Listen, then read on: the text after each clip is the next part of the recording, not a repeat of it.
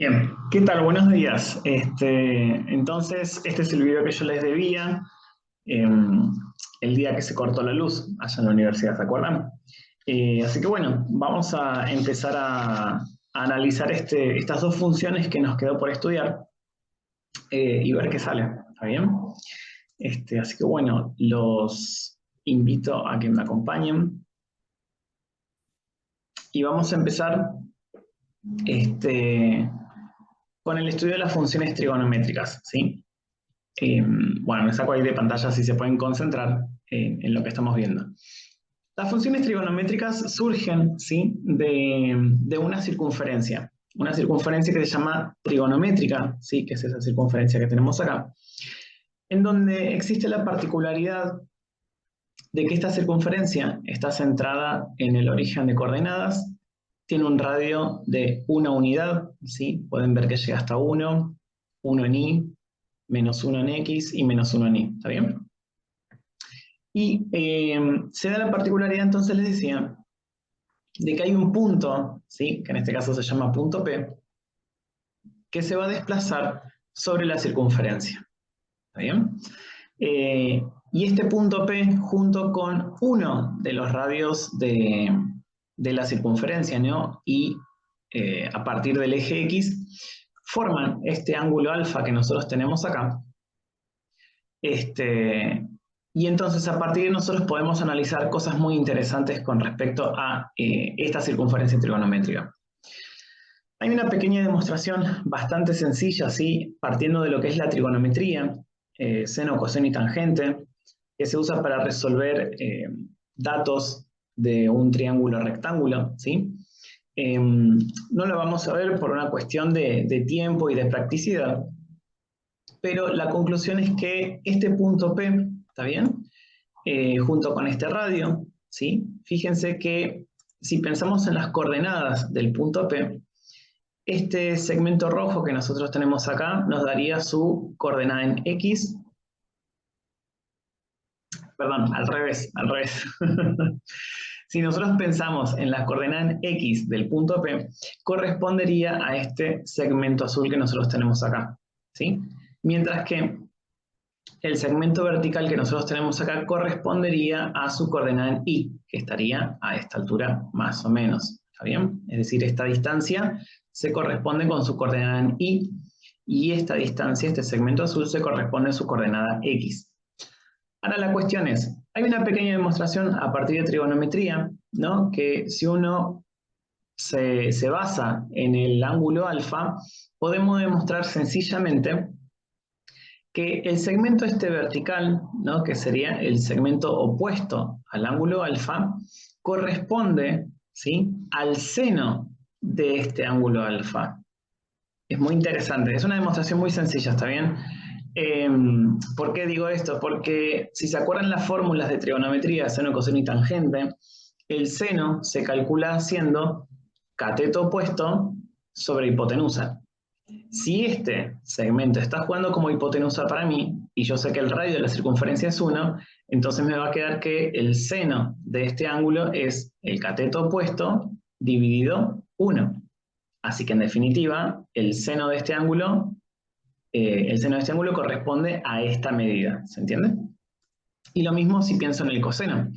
El coseno de este ángulo lo voy a poder calcular según la fórmula de trigonometría, haciendo cateto adyacente dividido la hipotenusa, que en este caso, como vuelve a ser 1, se demuestra sencillamente que el coseno de este ángulo se corresponde con este segmento azul que nosotros tenemos acá. Bien, habiendo dicho esto, nosotros podemos llevar al gráfico, ¿no? Estas relaciones que se están dando entre el ángulo alfa, ¿sí?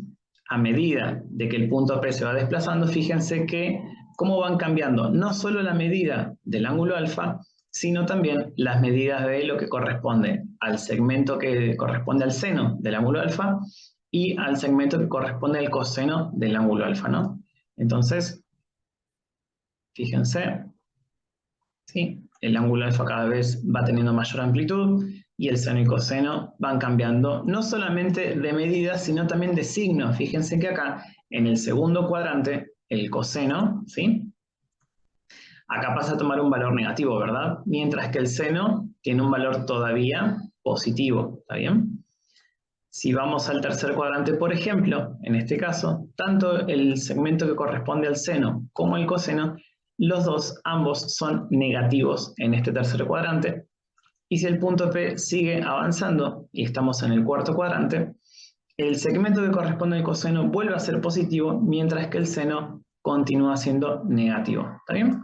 Cuestiones interesantes para ir analizando. Entonces, ¿qué es lo que pasa a partir de esto, ¿no? De que si nosotros tenemos un punto que se desplaza sobre la circunferencia, podemos llevar al gráfico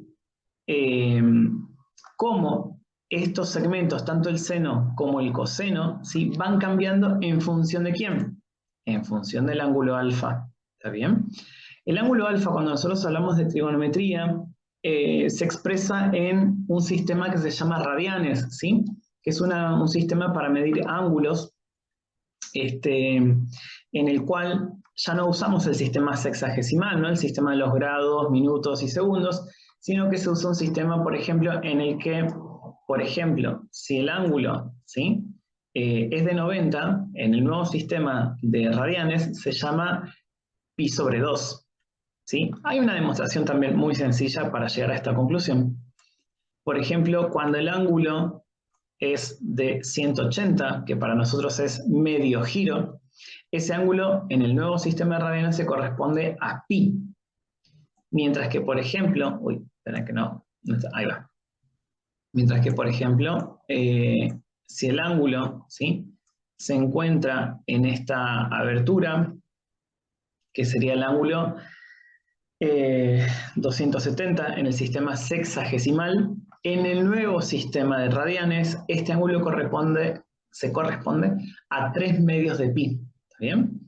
Mientras que cuando nosotros completamos el giro, es decir, la vuelta entera, ¿está bien? Bueno, no me lo está tomando. Ahí.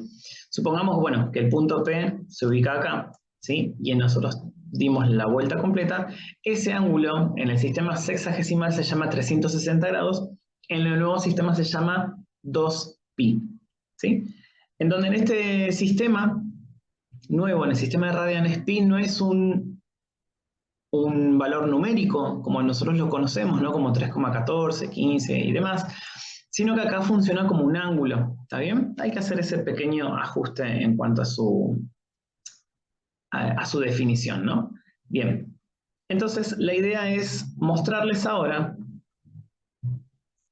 en la próxima gráfica, ¿sí?, cómo se suceden las gráficas del seno, coseno y de la tangente. Ahora vamos a hablar de la tangente en un ratito.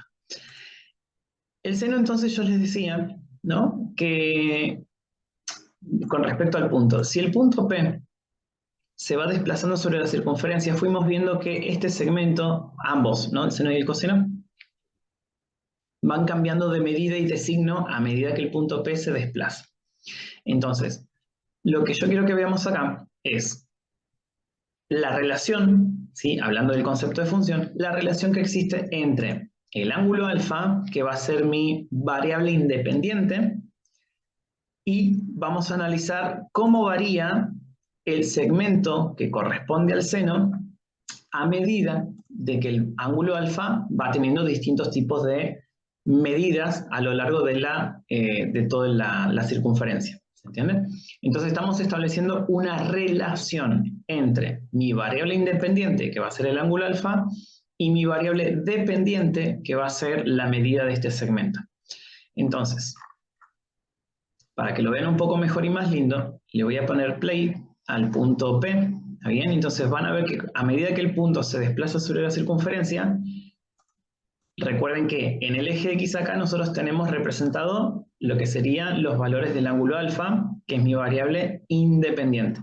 Mientras que en los valores de la función vamos a ir tomando la medida de este segmento, del seno. Entonces miren lo que sucede. Bueno, ahí va. Entonces a medida que el ángulo alfa va tomando distintos tipos de aberturas, ¿sí?, fíjense cómo el segmento vertical, el segmento rojo, va cambiando de medidas, Y analizando esa relación entre el ángulo y la medida del segmento, aparece entonces el gráfico de la función seno, que para nosotros acá lo vamos a pensar como una función, ¿no? Seno de x, ¿sí? Bien. Vamos a pararlo. Era solo para mostrarles cómo quedaría. Ahora la cuestión es, vamos a ocultar y vamos a hacer lo mismo, pero con el coseno, ¿está bien? Lo mismo, vamos a analizar la relación que existe, la dependencia, ¿no?, entre el ángulo alfa, que va a ser mi variable independiente, y en función de, a medida que va cambiando el ángulo alfa, cómo cambia el segmento que corresponde al coseno, ¿está bien? Entonces, vamos a ver cómo queda su gráfica. Ahí el ángulo alfa va cambiando de medidas y entonces el coseno también. Entonces, ahí aparece el gráfico del coseno, que para nosotros, hablando de funciones, va a ser el coseno de x, ¿sí? Donde x va a ser nuestra variable. Bien, ahí está el gráfico entonces del coseno. Bastante similar a la del seno, si uno lo mira con cariño, ¿no? Son funciones bastante similares. El gráfico del seno se llama sinusoide y la del coseno se llama cosinusoide. Bien, vamos a ocultarlo y vamos a hablar de la tangente. La tangente, por definición, está bien. Si vuelvo a lo que es trigonometría, ¿sí? Estoy ubicado acá, ¿no? En este triangulito rectángulo que tenemos acá. Si pienso en cómo se define la tangente se define como seno sobre coseno, es decir, este segmento dividido este segmento. ¿Está bien? Seno sobre coseno. Entonces me queda este segmento dividido este. Por lo tanto, la tangente va a ser una curva distinta, ahora la van a ver. Entonces vamos a definir cómo queda ese cociente, el seno dividido coseno, a medida de que el ángulo alfa va cambiando su medida. ¿Está bien? Entonces, vamos a ver, ahí el ángulo alfa empieza a tomar medidas distintas, y ahí aparece entonces el gráfico de la tangente, que como pueden ver es muy muy distinta a las gráficas del seno y del coseno, ¿sí? La particularidad que tiene esta función tangente es que es una función discontinua, aprovechando de que hace poquito hablamos nosotros de la discontinuidad, ¿no?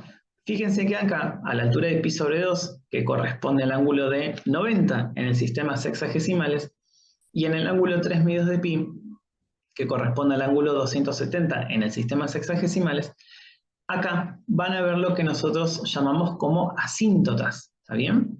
¿Por qué? Fíjense que cuando el ángulo se ubica en lo que serían 90 grados o pi sobre 2, el segmento coseno a esa altura, ¿sí? Ven que se los voy a mostrar un poco mejor. Cuando el punto está acá, a la altura de 90 grados, ¿sí?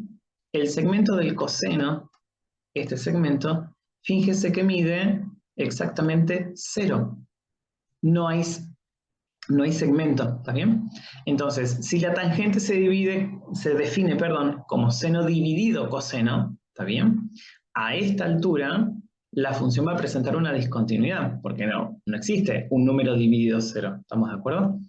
Y lo mismo sucede cuando el ángulo está a la altura de 3 medios de pi, o si hablamos del sistema sexagesimal, el ángulo 270, que pasa lo mismo, ¿está bien? El segmento para el ángulo 3 medios de pi, fíjense que se hace 0, no existe segmento para el coseno. Por eso, a esta altura también, si la tangente se define como seno dividido coseno, y en este ángulo el coseno vale 0, acá también tenemos otra asíntota, es decir, una discontinuidad. Por eso, la tangente tiene esta forma particular, ¿sí? Esta curva, son como que dentro de lo que es un giro de circunferencia, ¿no? El dominio, digamos, ¿no? Que va desde 0 hasta 2pi o de 0 a 360, tenemos como 3 porciones de la curva y además con 2 puntos de discontinuidad, ¿sí? Entonces, solo para visualizar las 3 gráficas juntas, ¿sí? Esas serían las 3 funciones que corresponden al seno y al coseno dentro de un giro de circunferencia, ¿eh? Dentro de un giro de circunferencia, es decir, desde 0 hasta 2pi o desde 0 hasta 360 si lo vemos en el sistema sexagesimal. Bien, fíjense que nosotros entonces, por ejemplo, vamos a ver si puedo hacerlo para que quede lindo.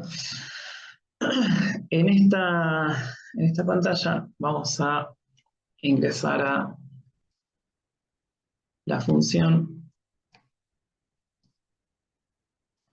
seno de x. Bueno, era en la otra que lo quería. Vieron que a veces la tecnología no acompaña como uno quiere. Ahí va. Cerrar esto.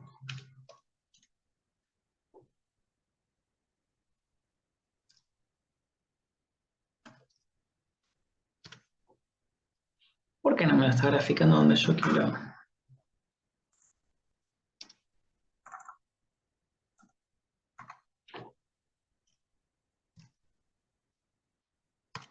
Bueno, ahí está.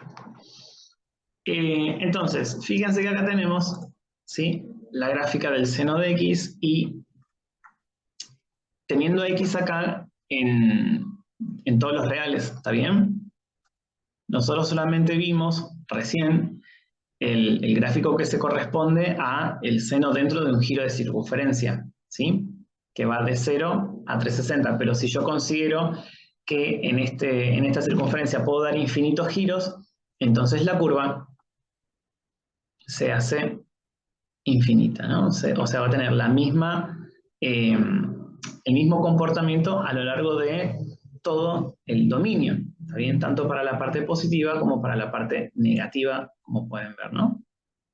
Y lo que tiene interesante, a grandes rasgos, ¿sí?, fíjense que la función seno, al tener este mismo comportamiento a lo largo de todo lo que es el dominio, su máximo se va a dar en 1 positivo, mientras que su mínimo se da en -1. ¿Está bien? Se llama a la función seno y al coseno, como vamos a ver ahora, funciones acotadas, se les dice. ¿Acotadas por qué? Porque tienen una imagen pequeñita, ¿sí?, que va desde -1 hasta 1. Y no se pasan de ahí, ¿está bien? Quedan siempre sobre ese tramo de lo que es la imagen. Se me desapareció el segmento del radio. Vamos a ver cómo queda el gráfico del coseno.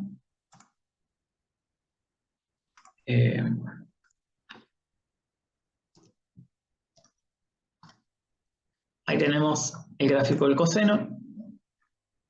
Pasa lo mismo, ¿sí? Nosotros vimos el gráfico del coseno que va desde 0 hasta 2pi, que sería un giro de circunferencia.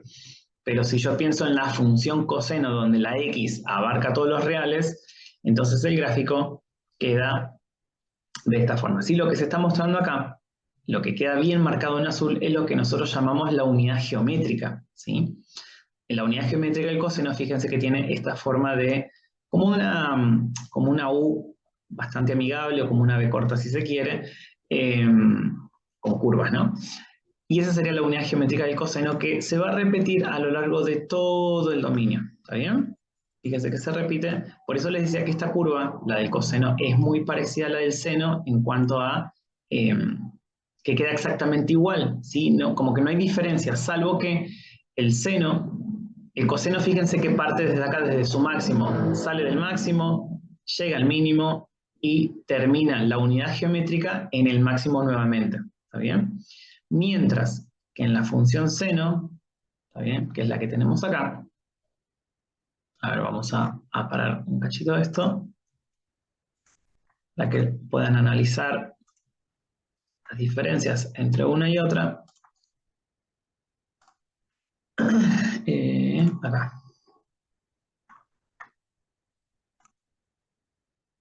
La diferencia que tiene el seno con el coseno es que el seno, ¿sí?, parte de lo que sería el 0, va hasta el máximo, llega hasta su mínimo y vuelve a terminar en 0.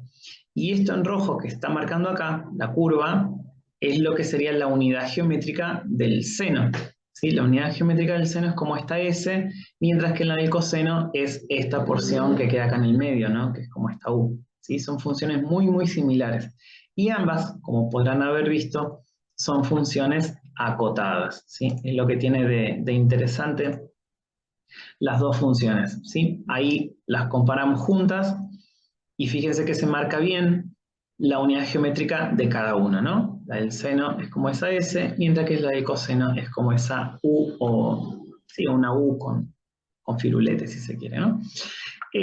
Ahora la cuestión es, ok, ¿y cómo queda entonces la tangente a lo largo de todo el dominio? Bueno, la tangente es bastante particular. Vieron que recién les comentaba que la función tangente ya por definición es discontinua, porque hay ángulos, ¿no?, para lo que es tanto el seno o el coseno, sobre todo el coseno. Hay ángulos particulares en los que vale 0 y entonces eso va a provocar que la función tangente sea discontinua en el dominio. Bien, ahí está. Esta sería la gráfica de la tangente, ¿sí?, a lo largo de todo el dominio. Fíjense que siempre es una función discontinua en algunos valores, ¿sí? Si nosotros comparamos con respecto a lo que vimos recién, nos quedaría esta forma, ¿sí? Es decir, desde 0 hasta 2pi, ¿no?, que sería el giro completo, lo que nos está marcando acá el gráfico es la unidad geométrica de la tangente, que sería esta rama de acá del medio, que sería la rama completa, y esta otra mitad, si se quiere, entre muchas comillas, de la otra rama, ¿no?, de esta que está acá. Esa sería la unidad geométrica de la tangente. Bien. A grandes rasgos, de esto se trata las funciones trigonométricas, ¿sí? Por lo general tiene como más, como un poco más de... Es más interesante analizar qué es lo que pasa con el seno y el coseno, ¿está bien? La tangente se la deja un poco de lado porque, como vemos, es una función discontinua, entonces hay cosas que se hace como un poco más difícil analizar si se quiere, pero la función seno y coseno tienen, por sus particulares, podemos analizar otras cuestiones como el máximo, el mínimo, el dominio, los desplazamientos y distintas características, ¿sí? Así que vamos a ver un poco de qué se trata esto.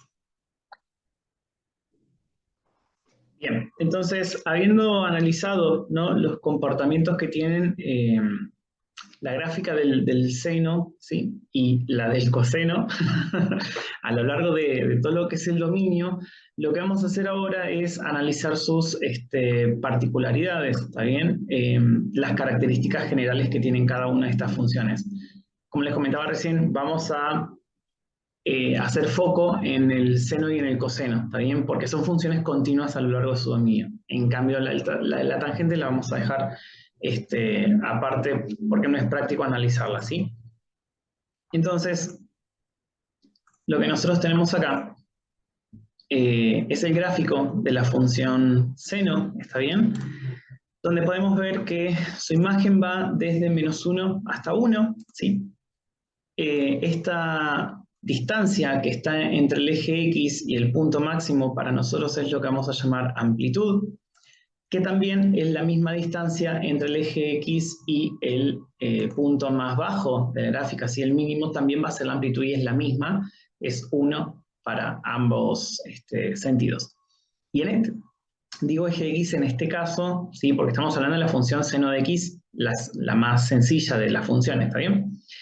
Y el eje X en este caso, para esta función, se llama eje de referencia, ¿sí? Entonces, la amplitud vamos a volver a repetir su definición, es la distancia entre el eje de referencia y el punto más alto, o la distancia entre el eje de referencia y el punto más bajo de la función. Esto que nosotros vemos acá, que va desde 0 hasta 2pi, es lo que nosotros habíamos llamado unidad geométrica, ¿no? Que en la función seno tenía forma de S. Y que esta unidad geométrica, si en este caso, dentro de lo que es un giro de 2pi, solo tenemos una unidad geométrica. Eso significa que en el próximo dominio, perdón, en el próximo periodo, que va a ir desde 2 a 4pi, yo voy a tener exactamente la misma unidad geométrica. De 4 a 6, otra más, y así sucesivamente a lo largo de todo el dominio, ¿sí? Entonces, estas características, el eje de referencia, la amplitud, el periodo, ¿sí?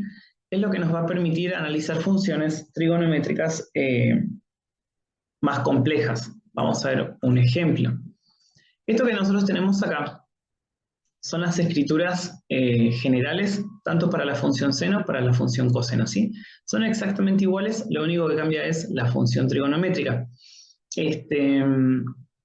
Son dos términos, ¿está bien? En el primero tenemos a la función trigonométrica y en el segundo tenemos este valor que puede estar sumando o restando. Las funciones trigonométricas son muy sencillas de graficar, muy similares en cuanto a la función lineal, ¿no? Pues en la función lineal decimos, bueno, tengo la ordenada, la pendiente, y graficamos. En la función seno, la función coseno también pasa exactamente lo mismo. Si sabemos bien cómo juega cada uno de estos números, podemos graficar la función. Por ejemplo, el número a, que es el número que multiplica a la función trigonométrica, nos va a dar la información con respecto a la amplitud, ¿está bien? Que recordemos que es esa distancia entre el eje de referencia y el punto más alto o más bajo de la función. El número b, que va a estar multiplicando dentro del argumento de la función trigonométrica a la variable x, nos va a dar la información con respecto al periodo, es decir, la cantidad de unidades geométricas dentro de un giro de circunferencia, es decir, dentro de una distancia de 2pi, ¿cuántas unidades geométricas voy a tener? ¿Sí? Eso nos va a dar la información con respecto al periodo. El número c, que está restando, ¿sí? En este caso, en la escritura general, nos va a dar la información con respecto al ángulo de fase, es decir, el ángulo, ¿sí? El valor donde la función, podríamos decir, donde nace la curva. Ahora vamos a ver por qué lo pongo entre comillas, ¿sí? Es para que se entienda el sentido del ángulo de fase. Y en cuanto a su función geométrica, el ángulo de fase lo que hace es desplazar a la curva de forma horizontal, o hacia la izquierda o hacia la derecha, si se quiere. Mientras que el número d, que es el número que va a estar sumando o restando, nos va a dar la información con respecto al eje de referencia, ¿sí? Lo que le provoca este valor a la curva son desplazamientos verticales, ¿está bien? Y sobre el eje de referencia nos vamos a apoyar para hacer el gráfico de la curva. Bien, sabiendo todo esto, vamos a ver un ejemplo. Vamos a graficar entonces la función 2 por coseno de 3 por x más pi sobre 4 más 1, ¿sí? No vamos a calcular sus raíces porque es un estudio complejo que no está siendo el objetivo para nosotros, pero si lo quieren analizar es bastante sencillo. Tiene sus vueltas, pero se puede. Entonces, vamos a ver cómo se grafica esta función. Si nosotros analizamos los parámetros, ¿sí? Si los vamos identificando como vimos recién, podemos decir que el eje de referencia para nosotros va a ser este 1, ¿sí? Que está ahí sumando, que lo vamos a ubicar a la altura de i. Este 2, que es el que está multiplicando a nuestra función trigonométrica, va a ser 2. Nuestro ángulo de fase en este caso va a ser pi sobre 4, que es el valor que está sumando a nuestra variable, pero le tenemos que hacer el ajuste del signo, ¿sí? ¿Se acuerdan que en la escritura general ese valor está restando? Entonces, cuando yo lo voy a graficar realmente, tenemos que hacerlo con el signo contrario. Y por último, el valor este que está multiplicando a nuestras variables nos va a dar la información con respecto al periodo. Pasemos al gráfico. Tenemos acá entonces, fíjense que ya está ubicado lo que sería nuestro eje de referencia a la altura de i igual a 1, y a partir de este eje de referencia podemos graficar la amplitud, que para nosotros va a estar a la altura de 3 para el valor máximo y para la altura de menos 1 para su valor mínimo de la función, ¿sí? Si el eje de referencia está acá, fíjense que tenemos dos unidades hacia arriba y 2 unidades hacia abajo, ¿sí? Ahí tenemos determinado el máximo y el mínimo, o también lo que sería la imagen, ¿no?, de esta función que va a andar dentro de este intervalo. Vamos con el ángulo de fase, que en este caso está en menos pi sobre 4. Fíjense que acá tenemos 0 y acá está en menos pi. Bueno, su cuarta parte sería menos pi sobre 4, ¿no? Que en el sistema sexagesimal pi sobre 4 equivale a 45 grados. Bien. Ahora, ¿cuál es la cuestión? La función va a nacer en algún punto con respecto a este ángulo, si en algún valor de acá va a nacer la función. Ahora vamos a ver de dónde. Pero si nosotros sabemos que la función empieza a la altura de pi sobre 4, perdón, menos pi sobre 4, también podemos decir dónde va a terminar la curva. ¿Está bien? ¿Por qué? Porque nosotros tenemos que determinar una distancia entre este ángulo y el próximo, donde va a terminar, de forma que haya una distancia total de 2pi. Entonces, en ese caso, la función va a terminar, en este ejemplo, un cuarto pi antes de 2pi, ¿sí?, que sería el giro completo. Fíjense que entre menos pi sobre 4 y este ángulo que sería 7 cuartos de pi, ¿está bien?, hay una distancia completa de 2pi. Entonces, cuando nosotros sabemos el ángulo de fase, también vamos a saber dónde termina la curva. Recuerden que hay que buscar esa distancia de 2pi. Entonces, como pueden ver, queda determinado un rectángulo, ¿sí? Dentro de este rectángulo, nosotros vamos a graficar nuestra función. Como estamos trabajando con la función coseno y el 2 que multiplica la función coseno es positivo, la curva, el coseno va a salir desde su valor máximo, ¿sí? Va a salir al máximo, va a venir al mínimo y va a terminar al máximo. Va a volver a salir al mínimo, va a terminar en el máximo, va a volver al mínimo y va a terminar en el máximo nuevamente acá, ¿sí? Es decir, dentro de este rectángulo nosotros necesitamos 3 unidades geométricas, ¿sí? Esto quedaría algo así. Fíjense que el coseno sale de acá, el máximo, termina en el máximo, ahí tenemos la primera unidad geométrica, volvemos a tener una segunda, y por último, la tercera unidad geométrica. Y este comportamiento se repite a lo largo de todo el dominio, así como pueden ver en toda la curva completa que nos queda ahí. Si el 2 hubiese sido negativo, bueno, la curva sería exactamente la misma, pero saliendo desde el valor mínimo. Es decir, esta curva se invierte, ¿está bien? Saldría de acá, va hacia el máximo y terminaría en el mínimo acá. Y así las 3 unidades geométricas, ¿sí? Pero en la misma curva, pero al revés, si se quiere. Bien, este sería entonces un ejemplo de cómo se grafica y se analizan funciones trigonométricas, ¿sí? Lo que tiene interesante después de estas funciones es que uno puede calcular sus raíces, sus máximos, sus mínimos, ¿sí? No me voy a meter en eso porque quizás es un poco más complejo para lo que nosotros estamos estudiando y se escapa, no es que se escapa la materia, sino que no los quiero sobrecargar de información. Aquel o aquella que tiene curiosidad para estudiar esto, bienvenido sea, puede hacerlo, está bien, es muy interesante, muy interesante. A mí me encantan las funciones trigonométricas. Así que bueno, con eso estaríamos terminando el análisis de las funciones trigonométricas, ¿sí? Ahora vamos a ver las otras.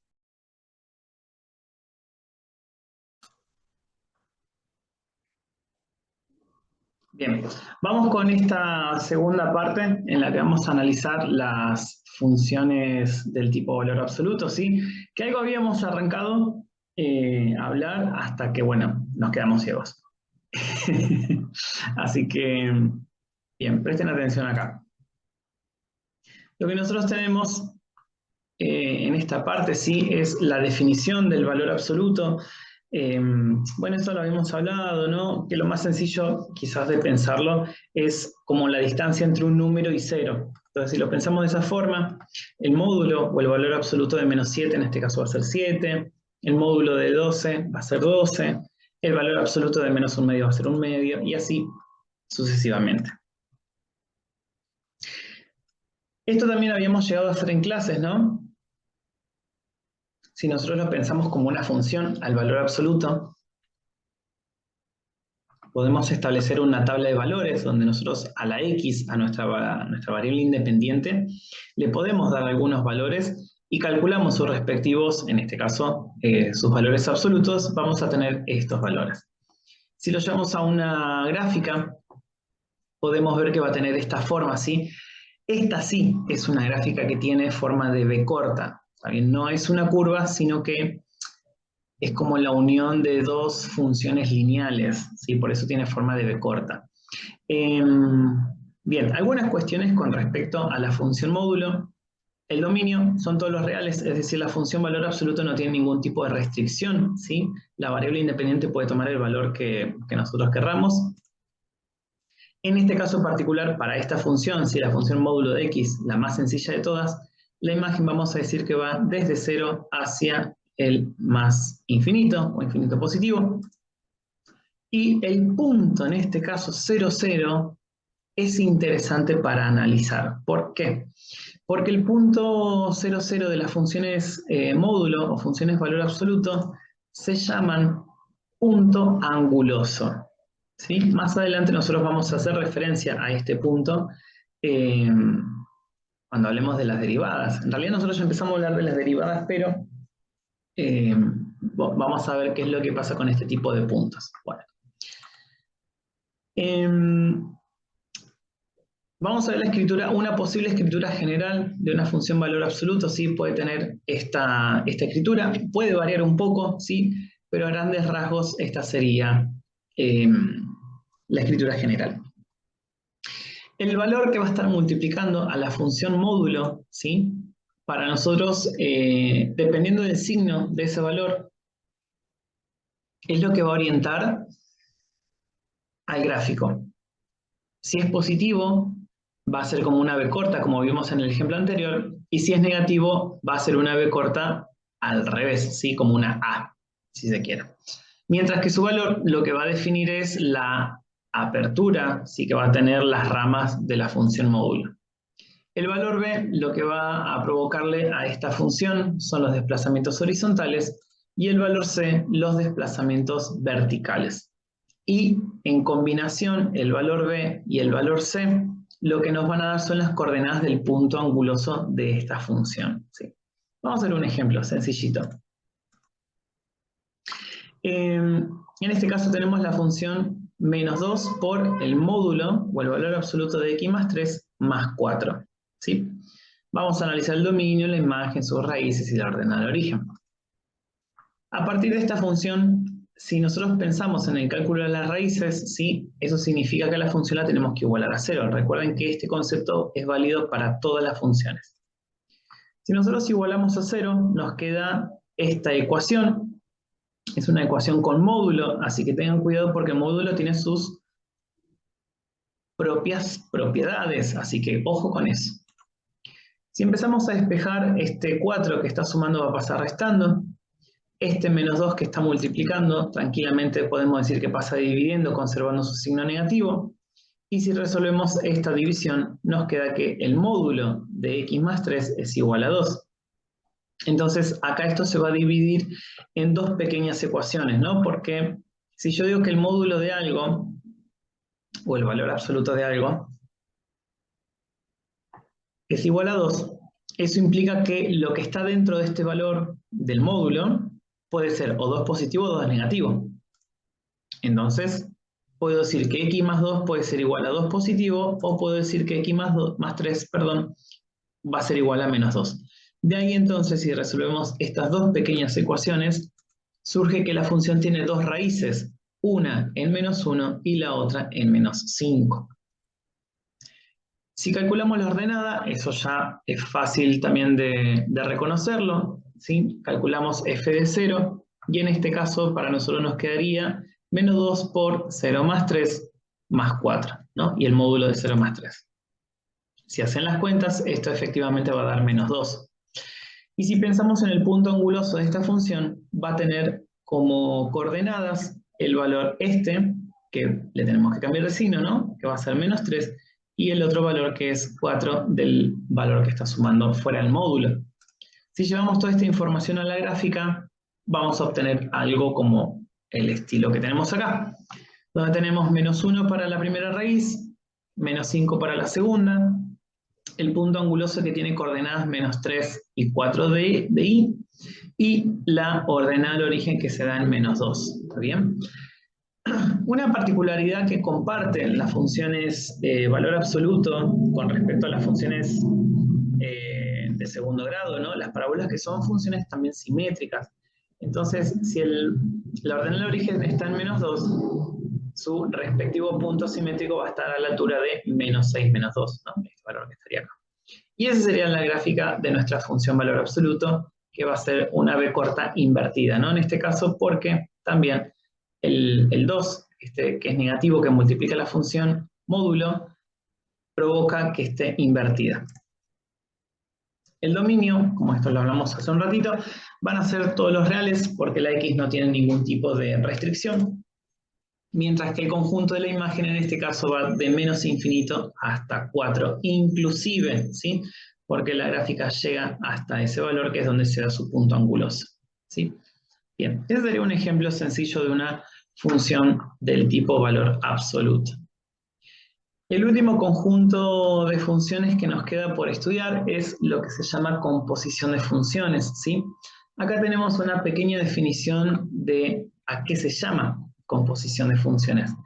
Dice que si nosotros tenemos dos funciones f y g, de modo que el dominio de la segunda función, para nosotros va a ser g, si el dominio de la segunda función está incluido en la imagen de la primera función f de x, entonces se puede definir una nueva función que asocie, ¿no?, a cada elemento del dominio de f, ¿sí?, al valor de la nueva función que va a ser g de f de x. ¿Está bien? O sea, las nuevas imágenes van a quedar definidas a partir de la relación entre de la composición de f de g con f. A esto se lo conoce entonces como composición de funciones. Tiene dos tipos de escritura, ¿sí? La función g, que va a estar compuesta con f, se escribe de esta forma, ¿sí?, donde f está dentro de g, o la otra forma es g de f de x, ¿está bien? Las dos escrituras son exactamente válidas y son equivalentes. Propiedades con respecto a la composición de funciones. La composición es asociativa. Si yo tengo tres funciones, puedo asociar de esta forma g con h, o puedo asociar y después componer f, la función f, componerla con la composición de g con h, o bien puedo primero componer f con g y el resultado de eso componerlo con h. Nada, son una propiedad bastante que vale la pena mencionar, ¿sí? Pero la composición de funciones no es conmutativa. Es decir, si yo compongo f con g, no es lo mismo si yo compongo g con f. ¿Está bien? Vamos a hacer un ejemplo. Supongamos que tenemos acá tenemos dos funciones, una función cuadrática y una función racional, una función homográfica. Y vamos a ver cómo quedan las composiciones, solo a modo de ejemplo, ¿está bien? Para que solo puedan visualizar cómo queda si nosotros componemos f con g o si componemos g con f de x. Van a dar funciones totalmente distintas. Si nosotros componemos f con g, ¿está bien? Lo que nosotros vamos a hacer es a g de x evaluarlo de alguna forma dentro de la función f de x. Entonces, toda mi función g va a quedar elevado al cuadrado y le voy a sumar un 1. O sea, esta será la estructura de g evaluado en f de x, ¿está bien? Va a tener esta forma. Si esto nosotros lo trabajamos algebraicamente, distribuimos la potencia en el numerador y en el denominador, sumamos fracciones con este 1 entero que tenemos, nos queda de esta forma. Y si desarrollamos las potencias cuadradas, que son cuadrados de binomio, y vamos operando términos que son semejantes, llegamos a esta expresión. Si esta función nosotros la llamamos al gráfico, ¿sí?, va a tener esta forma. ¿Rarísima? Sí, rarísima, pero solamente para que ustedes puedan visualizar la composición, ¿sí?, solo por eso. Ahora, ¿qué pasa si nosotros componemos al revés? Es decir, a f lo evaluamos en g, es decir, a nuestra función cuadrática la evaluamos dentro de g. Entonces vamos a tener x al cuadrado más 1 en el numerador, menos 2, y en el denominador a f, es decir, x al cuadrado más 1 más 7. Si desarrollamos, en realidad no hay mucho que desarrollar, solamente sacamos los paréntesis en este caso, nos queda esta función. Si esto lo llevamos al gráfico, fíjense lo distinto que es G compuesta con F a F compuesta con G. ¿Sí? Son gráficos totalmente distintos. La idea era solamente para que visualicen este ejemplo. ¿Sí? Vamos a ver, otro ejemplo. Voy a cerrar esto y vamos acá. Bien. Tenemos acá un ejemplo sencillo, ¿sí? Una función lineal y una función logarítmica. La idea es componer a G con F. Si nosotros pensamos en la definición que vimos recién, la función f de x, por ser una función lineal, ¿sí? Tanto su dominio como su imagen son todos los reales, mientras que el dominio de esta función, ¿no? De esta función logarítmica, son los valores que sean mayores estrictamente que menos 4. Y ese dominio de la función g se encuentra incluido en el conjunto imagen de la función f. Entonces, eso nos permite hacer la composición de g con f. ¿Está bien? Entonces, la nueva función vamos a llamarla h de x, ¿les parece? fg, sí, h. La función nueva va a ser h de x, entonces f va a estar evaluado en g, es decir, voy a tener el logaritmo natural de mi función f de x, que es menos 2x más 6, más 4, dice, ¿no? Es decir, esto que nosotros tenemos acá, esta primera parte, es f más el 4 que tiene la función logarítmica más el 1 de afuera. Es decir, que h de x, en definitiva, si nosotros operamos, ¿sí? estos valores, lo único que puedo operar dentro del argumento, 6 más 4 me queda 10. Es decir, la nueva función que surge de la composición es esta que está acá, de donde nosotros podemos analizar el dominio, ¿no? De la función nueva. La función nueva, si quiero analizar su dominio, lo que nosotros vamos a plantear es que ese argumento, es decir, menos 2x más 10, tiene que ser estrictamente mayor que 0. Entonces, si empezamos a resolver esto, la conclusión es que x tiene que ser menor, ¿sí? Porque el menos 2 que está multiplicando la x, en algún momento cuando pase dividiendo, le cambia la orientación al simbolito mayor, ¿sí? Y ahora pasaría a ser negativo. Entonces nos quedaría de esta forma, ¿está bien? El dominio de nuestra función entonces va a ser el dominio de h, ¿no? Vamos a escribirlo así. Entonces el dominio de la función h va a ser igual a de menos infinito, el infinito anda por acá, de menos infinito hasta 5. Ese sería el dominio de nuestra función, ¿sí? A ver, vamos a pasar a ver cómo quedaría esto graficado en el GeoGebra.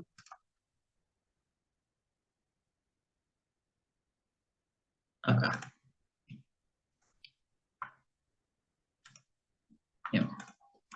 Recién entonces teníamos la función h de x, que dijimos que era igual al logaritmo natural de menos 2x más 10 más 1, creo que era. Sí, más 1. Y esta entonces sería la función compuesta con f de x, ¿no? F de x hace un ratito habíamos visto que era la función menos 2x más 6. Menos 2x más 6. Mientras que la función logarítmica era g,